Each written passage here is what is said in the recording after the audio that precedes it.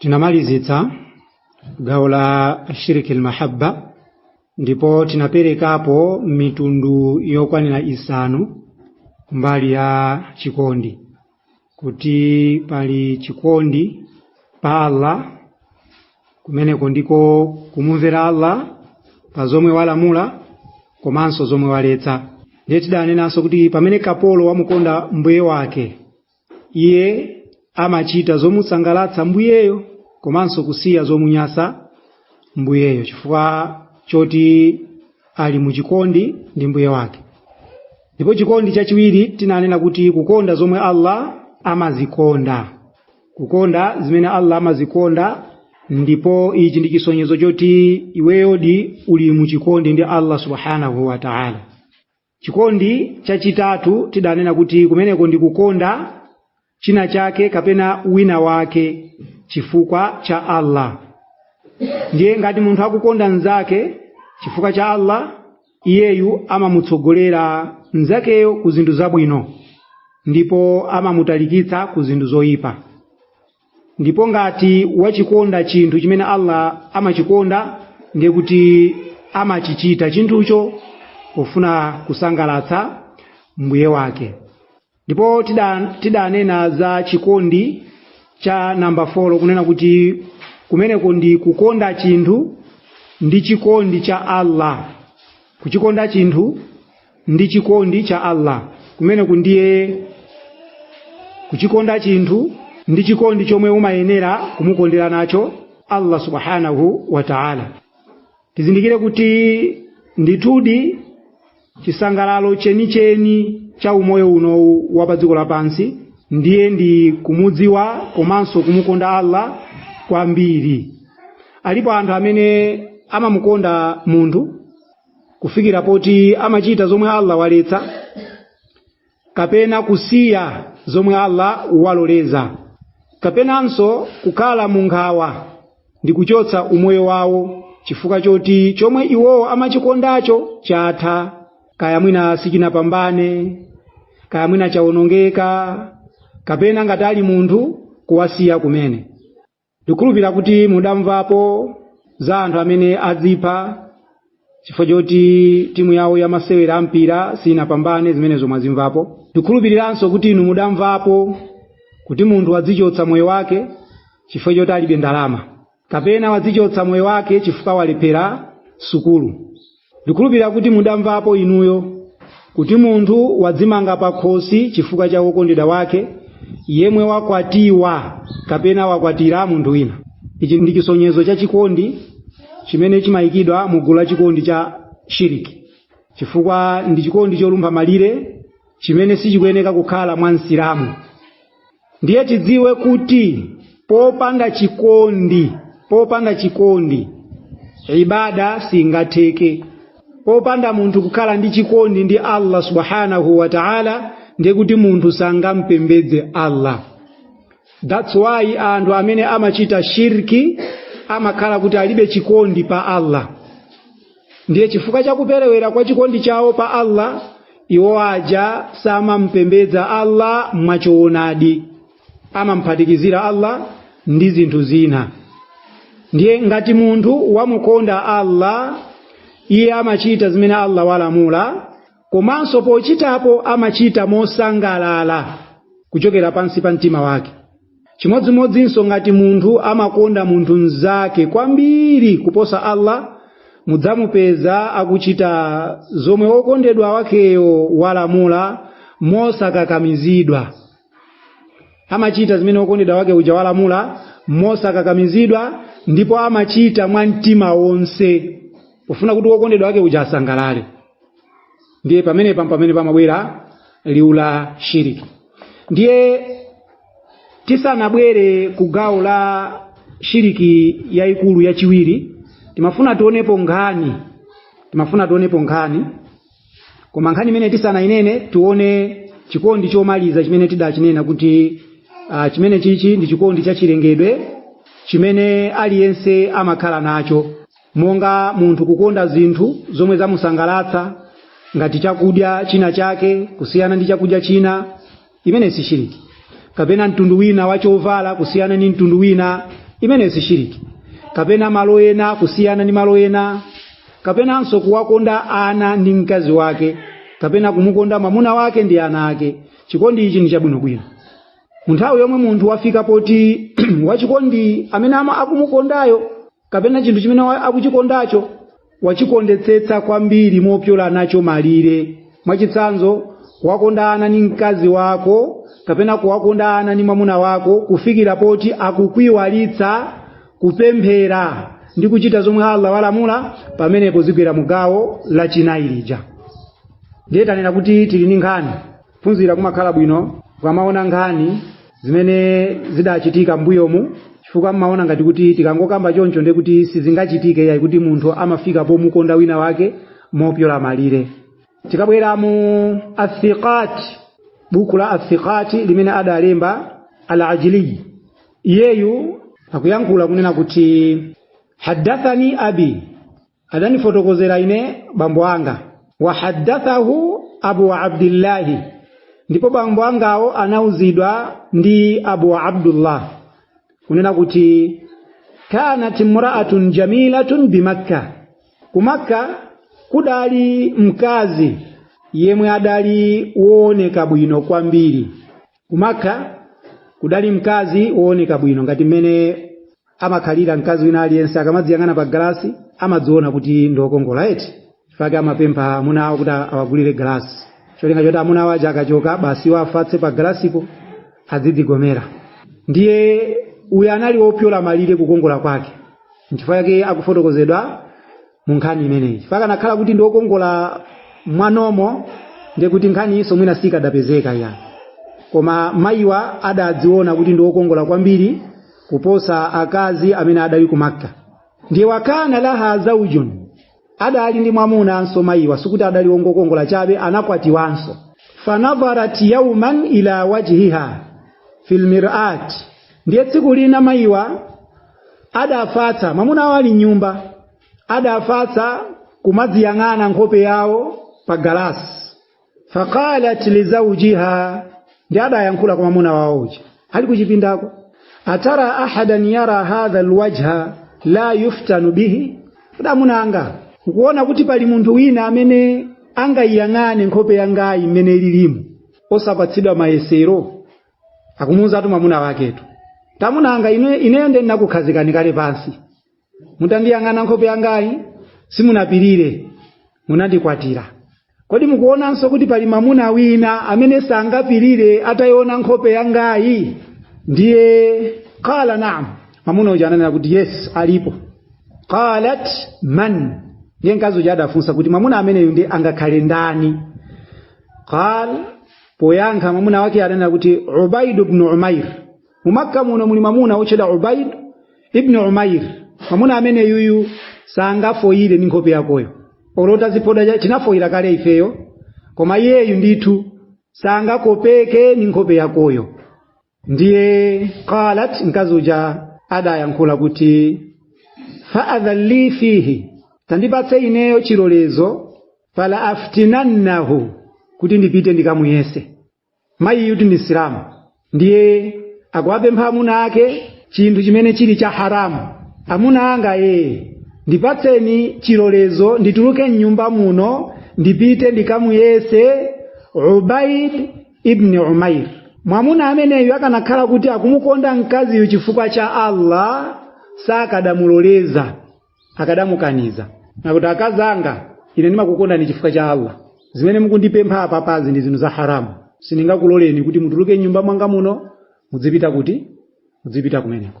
Ndiye mwamuna uja chifukwa adamukonda mkaziyu mopyola malire mpaka anakufikira poti amamuloleza mkazi uja zinthu za haramu, chifukwa choti akaona nkhope yake ija mwamuna yusamapirira kuona kuti ndikangoiruza nkhope iyi sindingapezenso mkazi wooneka bwino, choncho zimene anganipemphezo ndizingoti chabwino mayi pangani. Ndiye faqala qad adhintu laki, mwamuna uja adayankhula kunena kuti akazi anga ndakulolani, pitani. Ndakulolani tanini? Pitani. Ndiye mkazi uja adadzipoda amene adadzipoderamo, ndipo adapita kwa Ubaid, ndipo adampeza Ubaid ali mu mzikiti wa Masjidil Haram, mzikiti umene uli ku Makka, omwe ni nyumba ya Allah subhanahu wa ta'ala. Atapita kumene kuja adakampeza Ubaidi akuphunzitsa anthu. Nde adamuyitana ndi dzanja. Nde Ubaidi anati mayi wanda amanyazi kwambiri, ndipite ndikamve kuti akufuna chani, nanga si pano pali gulu la amuna sakufuna kuyandikira. Koma osadziwa kuti kumene akupitako ndi ndikoopsa kwambiri. Ndiye adafika kumene kuja, kumene mayi adamuyitana, ndiye adayamba kusuntha ndi kukayima pakona pa Masjidil Haram. Mayi uja adachotsa nsalu yomwe adazibisa nayo kunkhope, yomwe ndi niqaba. Chifukwa nthawi imeneyi akazi ambiri amakonda kuzibisa nkhope. Makamakaso akakhala oneka bwino choncho amabisa nkhope kuti asamapereke mayesero kwa amuna. Ndiye pamene adavundukula nkhope yawoyi mayi, chimene chidachitika nkhope yawoyi idaoneka ngati mwezi kuwala. Chifukwa choti adaziphoda. Nkhope idawala, kuwala kwa mamuna ameneyu ngati mmene umawalira mwezi. Ndiye Ubaid faqala laha, adayankhula kwa mayi amene, ya amatallahi, iwe kapolo wa Allah. Pamene adangoona nkhope ichi, iwe kapolo wa Allah. Ubaid anayang'anitsa nkhope yake pansi. Qalat, mkazi uja adayankhula, inni qad futintu bik fanzur fi amri, ine ndabwera kudzakupatsa mayesero iweyo, ndiye ndithandize zimene ndabwererazo, ndithandize, ndifuna kuti iwe ndine tikachite banja.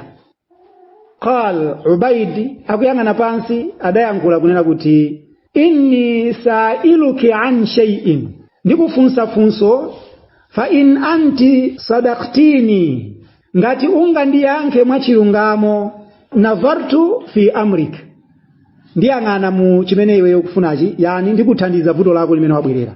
Qalat, mkazi uja poyankha ananena kuti, la tas'alni an shay'in illa sadaqtuk, palibe chimene ungandifunse iweyo kupatula kuti ndikuyankha mwachilungamo. Ndiye Ubaid adayamba kumufunsa mkaziyu mafunso amene akazi ambiri akamapanga zawo za misalazo samazindikira munthawi imene akupanga za misalazo. Adamfunsa mkaziyu mafunso amene mkazi wopanga za misala zake akamatuluka nyumba mwakemo ataziphoda-phoda, akamatuluka nyumba mwakemo atavala zotina, akamatuluka nyumba mwakemo ndicho linga choti abweretse chisokonezo kwa amuna ndi zina zoterozo, amakhala kuti munthawi imeneyi mafunso awawa wawayiwala. Ndiye Ubaid adafuna kumukumbutsa mkaziyu. Qala, adayamba kuyankhula, akhbirini, tandifotokozere iwe mkazi, law anna malakal mauti, kodi atati malakal mauti ataki wakubwerera iweyo panopa, liyaqbidha ruhaki, kuti akuchotse mzimu wako, akana yasurruki anni qadaitu laki hadhihi alhaja, kodi ungakonde munthawi imeneyi imene akukuchotsa mzimu malakal mauti, ungakonde kuti ineyo nditakhala kuti ndakuyankha zimene ukufunazo, ungakonde kuti zimene ukufunazo nditakupatsa, ungakonde kuti iwe ndine titapanga za haramu zimene ukundipemphazi. Qalat Allahumma la, kazi uja poyankha nena kuti o Allah siningakonde. Qala sadaqt, Ubaid anena kuti mayi mwayanga zona. Qala, ndadafunsanso funso lina lachiwiri, falau udkhilti fi qabrik, tsopano pa nthawi yomwe inuyo mayi mukuyikidwa m'manda mwanu, wa ajlisti lilmusaala, ndiye mwakhala pakati pa angelo awiri amene amafunsa aja, akana yasurruki anni qadaitu laki hadhihi alhaja, kodi mungakonde kuti pa nthawi imene akukufunsani mafunso angelo awiri ajawo, mungakonde kuti mukufunsidwa mafunso ine nditakusangalatsani zokhumba zanu? Qalat Allahumma la, mayi aja adanena kuti hayi, ineyo siningakonde zimenezo o Allah. O Allah amene yitu akupanga dua kwa Allah osati kwa Ubaidi yani.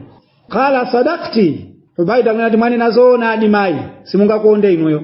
Qala falau anna an-nasa u'tu kutubahum wala tadrini ta'khudhini kitabaki biyaminiki am bishimaliki, akana yasurruki anni qadaitu laki hadhihi alhaja. Tsopano inu mayi mwadzutsidwa m'manda mwanu tsiku la chiweruzo, ndipo mukuwaona anthu akupita pamaso pa Allah subhanahu wa ta'ala ndikumalandira mabuku awo, ena akulandira buku lawo kudzanja lakumanja, ena akulandira buku lawo kudzanja lakumanzere komanso kudzera chakumbuyo. Ndipo inu simukudziwa kuti mulandira buku lanu kudzera kudzanja liti. Mungakonde kuti mu nthawi imene iyi mukhale kuti zimene mukukhumbazo nditakupatsani. Kazoja qalat Allahumma la, kuyankhanena kuti o Allah ine sindingatani sindingakonde. Baita anena kuti mayi simukunama, zonse mukuyankhula papa zindizoona. Qala falau jia bil mawazin wajia biki la tadrini takhifini am tathqulin. Ndiye tsopano mukubwera pa muyezo umene Allah azayezera ntchito zathu, mukubwera pa skelo imene Allah subhanahu wa ta'ala amayezera ntchito zathu, ndipo pa nthawi imene mukubwerayi simukudziwa kuti kodi ntchito zanu zabwino zilemera kapena zipepuka. Kodi akana yasurruki anni qadaitu laki hadhihi alhaja. Mungakonde kuti pa nthawi imene iyi muzikabwera pa skelopo inu ndine titapanga zimene mukufunazo. Qalat Allahumma la, mayi ajanena kuti o Allah ine sindingatani sindingakonde. Qala sadaqti, Ubaida anena mayi simukunama mukunena zoona simungakondedi. Qala falau waqafti baina yaday Allahi lilmusaala. Tsopano inuyo mukubwera pamaso pa Allah kuti mufunsidwe za ntchito zimene inuyo mudachita. Akana yasurruki anni qadaitu laki hadhihi alhaja. Kodi mungakonde kuti mudzaime pamaso pa Allah inu ndine titachita zomwe mukufuna papazi. Qalat Allahumma la, mayi ajapoyankha anena kuti o Allah ine sindingatani sindingakonde. Qala ittaqillaha ya amatallahi. Ndiye Ubaida anena kuti inu mayi muopeni Allah, muopeni Allah.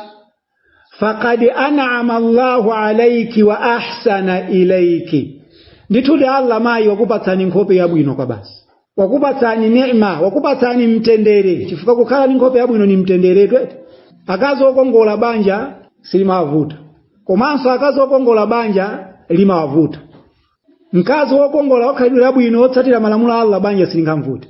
Mkazi wokongola wa mwano wonyasa mu ntchito zake banja limamvuta. Fake mahule sakwatiwa, amangokhala be mahule choncho.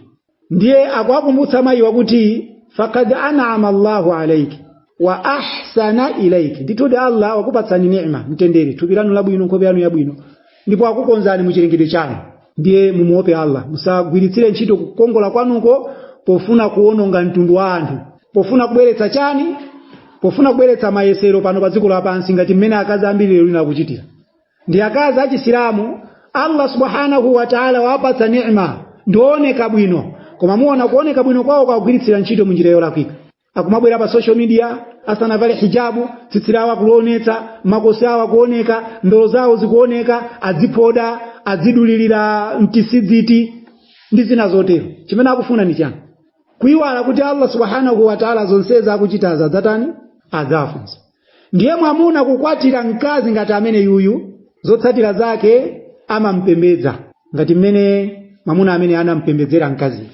Ndiye tsopano farajat ila zawjiha, mkazi uyu anabwerera kwa mwamuna wake pambuyo popatsidwa malangizo awa. Ndipo mwamuna uja adayankhula mawu. Mwamuna adayankhula ma sanati, wachita chani iweyo ndi Ubaidi, wachita chani? Kusonyeza kuti mwamuna uja akuyembekezera kuti amve zota Ubaidi uja ndagonana naye.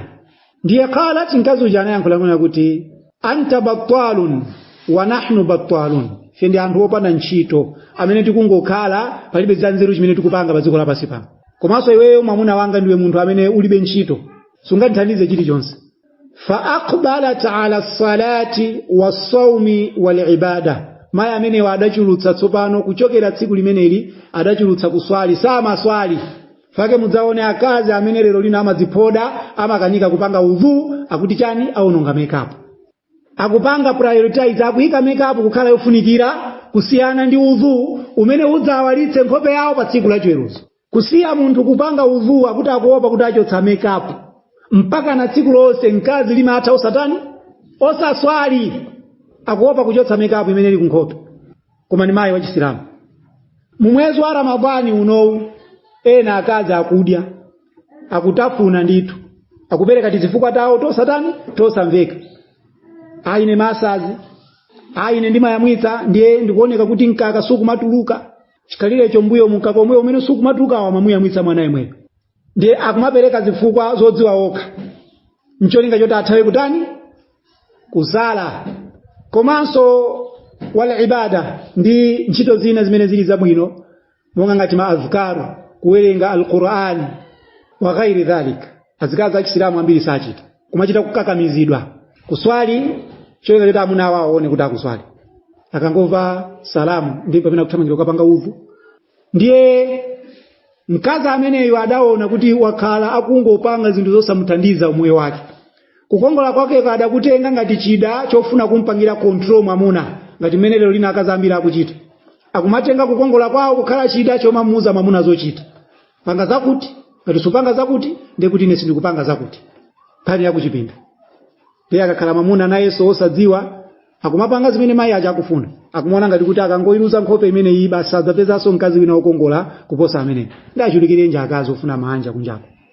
Ndiye khala fakana zawjuha yaqul, mamuna wake kuyambira tsiku limeneli amakonda kumayankhula, mali wali Ubaid ibn Umairi afsada alayya imraati kanat fi kulli laylatin arusa fasayyaraha rahiba.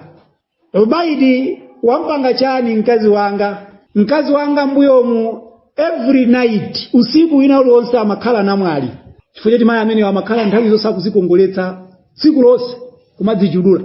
Every day busy make up pa glass hours. Koma atangochoka kwa Ubaidi anasiya kupanga zimenezo. Amango zikongoletsa mu nthawi yofunikirayo, nthawi yambiri amakhala otani omupembedza Allah. Make up kunkhope kwake kusima khalapo. Sitikunena kuti mukusiye kupanga make up kwa munanu wet.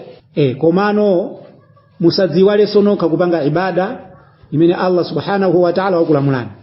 Make up yanuyo ndi amuna anu osati ya amuna ena kunja kuno. Izi tikuyankhula chifukwa kuti mamuna ameneyo adalumpha malire pa chikondi chake chimene adali nacho pa mkaziyo.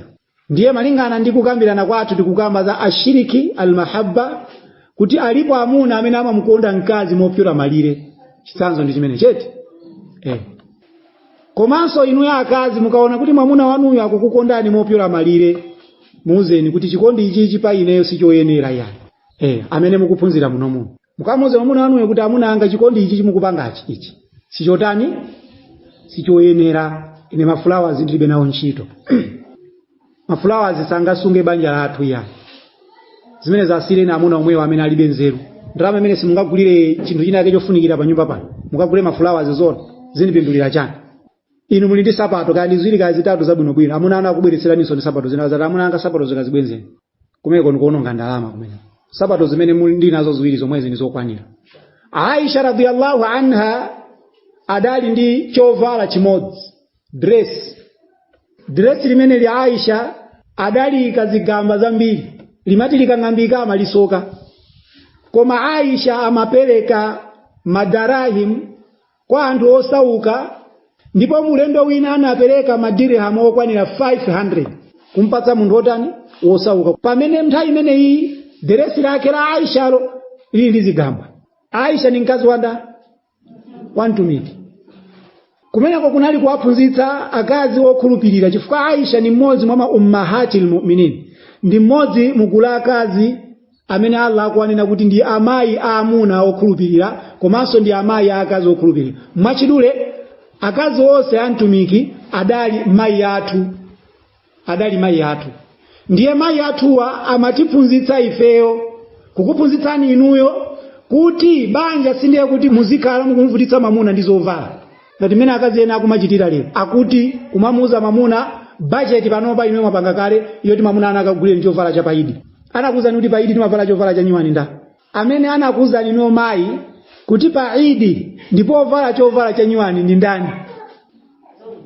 Zongomva. Maonete zilibe umboni. Chifukwa mkazi wokhulupirira amene amamuopa Allah tsiku la Idi avale chovala chakutha.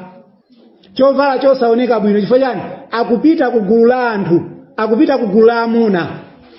Ndiye iyeyu sakufuna kukhala mkazi wobweretsa mayesero kwa amunawo.